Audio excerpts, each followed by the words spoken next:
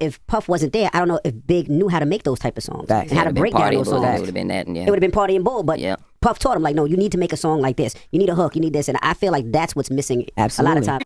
And if you look really closely, you'll see the rarest of footage of Biggie and Tupac hugging on the edge of stage. I was the truest nigga involved with Biggie's success. I was the biggest help. I was the truest nigga. I don't write his rhymes, but he know how much he borrowed from me. He know how I used to stop my shows and let him touch the show.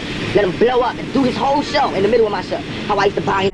Way before, because Pac used to he pulled up on Fulton Street one time, a big old garbage bag. Nas just happened to come through too. So it was like everybody was just talking, you know, like, oh shoot, you know, Nas, Tupac and Biggie is out there.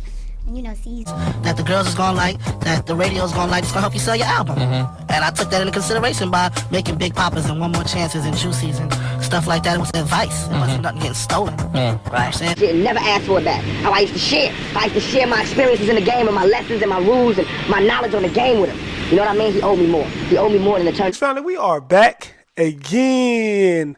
And today we'll be building on DJ Envy saying that Biggie learned how to write commercial hits from Puffy, right? So, you know, I was just listening to my dog Ruben Vincent album, you know what I mean? And then after I listened to the album, you know, I said I'm gonna go ahead and check out the Breakfast Club interview, you know what I'm saying? Gotta support the talent, you know, gotta support the talented. And you should go get that Ruben Vincent album, by the way. You know what I mean? So, you know, I'm listening to the album, listening to Ninth Wonder and Ruben Vincent. You know, they doing a good interview and all that.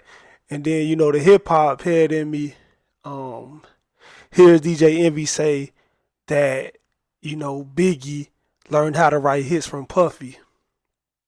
And, you know, he wouldn't have been able to make those commercial songs without Puff. Right, guiding him and giving him the guidance to make these songs, right? And this is something that I had to fact check, right? Because this is an issue, right? That this is one of the issues that really upset Tupac, right? And it's really glossed over in the history of Tupac and Big's relationship, right? They were friends, you know, longer than they had beef. You know, or it was about even. But they were friends longer than most people think. Most fans think that, you know, this was some, you know, fans that didn't pay that much attention to it, or fans that were younger, you know what I mean? Like me, I was young at the time when Pac and Big situation.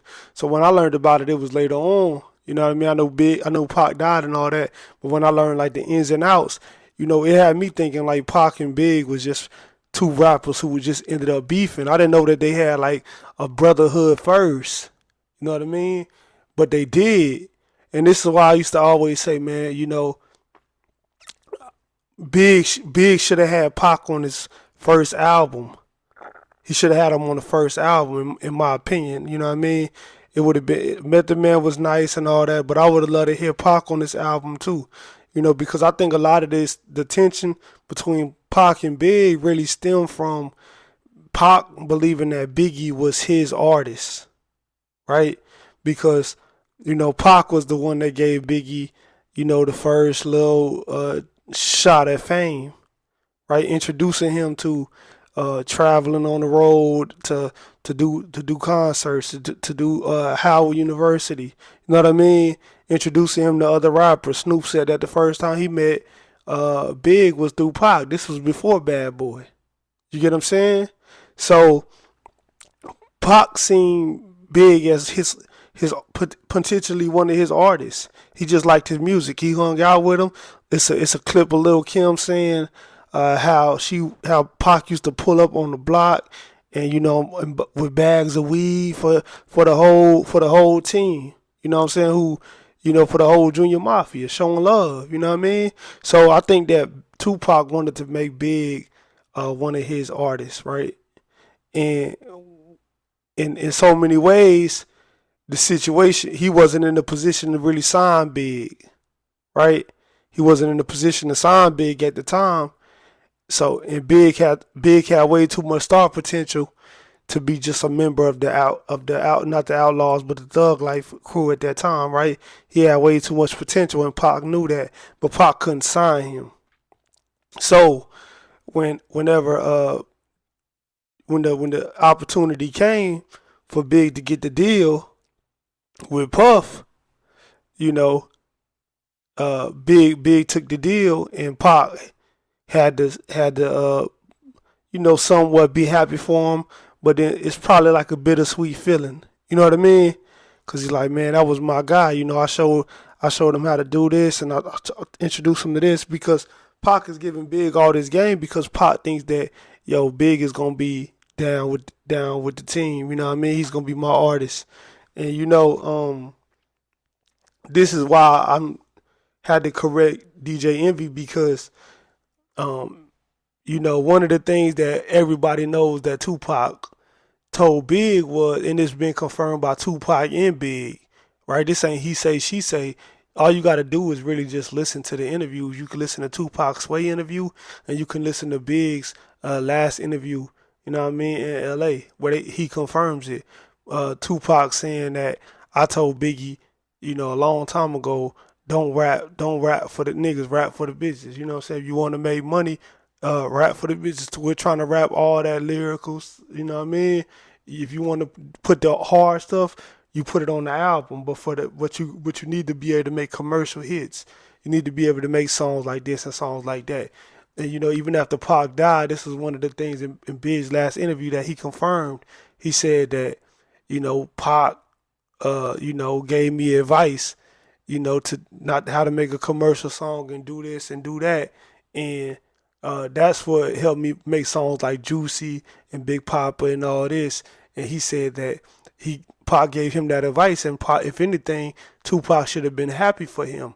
And I agree, Tupac should have been happy for him. And I want to think that Tupac was happy for him because as you see, when Biggie got his deal and they had the party in L.A., you see Tupac and Big hugging on stage. This is after Pac gets his deal. It's Tupac, Puff, and Big. They're all on stage, and you can see Pac happy for him, smiling.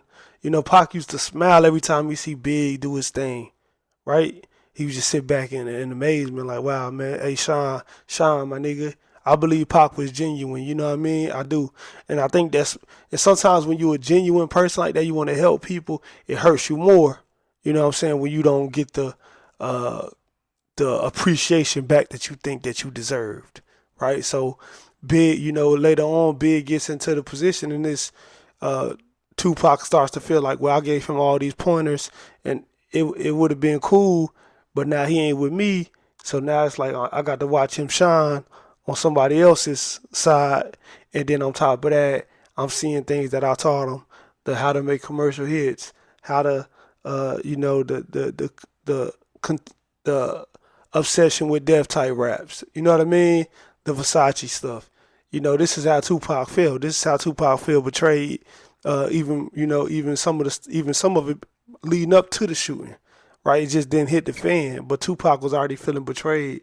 And that's why I think, Big should have put him on that album just to be like, hey, yo, man, you showed a lot of love. But I listened to that first Big album a million times, and I don't even think he even shouted Pac out one time. I used to have a CD where you could flip through the cover, and I don't even think it's even shout out to Pac. Yo, shout out to Pac for helping me get on. It's none of that. You know what I mean? You wouldn't have never knew. And I think this was why Pac feels so betrayed. You know what I mean?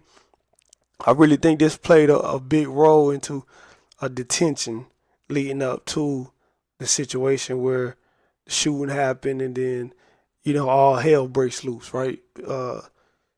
Who shot your drop, and then Pac is in jail, and then Pac gets out of jail, and then all hell breaks loose, right? But I think that's one thing that people always leave out is that this has been documented and fact checked that Tupac was actually the one that helped Big learn the game, as far as don't just get on the track and spit a million hardcore lyrics if you want to be in the mainstream music business. You got to understand this is a business, and one thing that you want to do is be able to make songs that women gonna listen to. Why women? Because women control the market in the rap music industry, right? Because women buy more records, and women, uh, they gravitate to, I don't want to sound sexist, but this is just the, because I know we do have women hip hop heads, and now we have a lot of men who don't care that much about lyrics at all. But back then, when hip hop was hip hop, like Wu Tang was for men, hardcore hip hop was for men, but it didn't. At one time it wasn't selling as much as the stuff that the women could listen to, the radio friendly joints, L, Cool J, and all that. So this is what Tupac learns. Tupac learns to blend the thug with the mainstream music, commercial style music, and then put the hard or the artistic stuff actually on the album. But you're gonna need that commercial record, right? And this is vital because this is what separates Biggie from the rest of New York rappers at that time, right? Every other New York rappers at that time spitting hardcore lyrical stuff, but it's real cruddy and all this. And Biggie and Puff, they almost coming out on some West Coast shit as far as not the sound, not necessarily the sound, but the look of it, right? It's we focusing on making commercial hits, right? And that was a West Coast thing originally. And this is what Tupac taught Big, and this is why Tupac hated seeing, part of him hated seeing Big success in the mainstream, right? Because he's like, what the fans ain't understanding is he's also looking at Big like, you were supposed to be doing that over here. Now I gotta watch you do it over there, and you doing it with the style that I taught you. I knew you had the talent, as Pac said. I don't write his lyrics or nothing, but he know how much I gave him. He said I possess him and Puff's soul because they know that I was the one that helped Biggie more than anybody. See, he wanted Big to be his artist, right? And at one time you could see Big with the Thug Life camp, even wearing Thug Life gear, but it didn't pan out. As we know, Pac was not necessarily in a position yet to sign other artists like that. He could run with the Thug Life guys and Edie Amin, all them. They could hang around. You know what I mean? Those was his guys. But just to like grab an artist that's talented, and could really blow. No disrespect to the Outlaws, because I think the Outlaws is dope, despite what most people think. And I think Gaddafi would have went on to be a great solo artist. You know what I mean? Another story for another time. However, I think Pac knew that, the best opportunity for Big was to probably go with Puff. And that's why he tried to support it originally. But then when it hit the fan, it was like all hell broke loose. And you know what I mean? Oh, since it's laid out like that, now I'm gonna let it be known that, this is how I really feel, right? You bit my style. I taught you how to do this. I taught you how to do that. You got that from me. You got that from me. And he wanted everybody to know this. He wanted everybody to know that Big is getting all this mainstream success and momentum from him, right? But I don't want to take, that was Pac's opinion. I don't want to take nothing from Puff, because Puff played a huge role. And that's why I say DJ Envy is not necessarily wrong. He's only wrong because he is leaving that Pac out. You can't leave Pac out of Big's success story when it comes to making mainstream music, because Big said his own self that, one of the big things was learning the game from Tupac, how to make commercial hits, right? So that's just one thing I wanted to clean up for everybody. You know what I mean? We got to clean that up, man. People be trying to gloss over stuff like that. You can't gloss over nothing like that.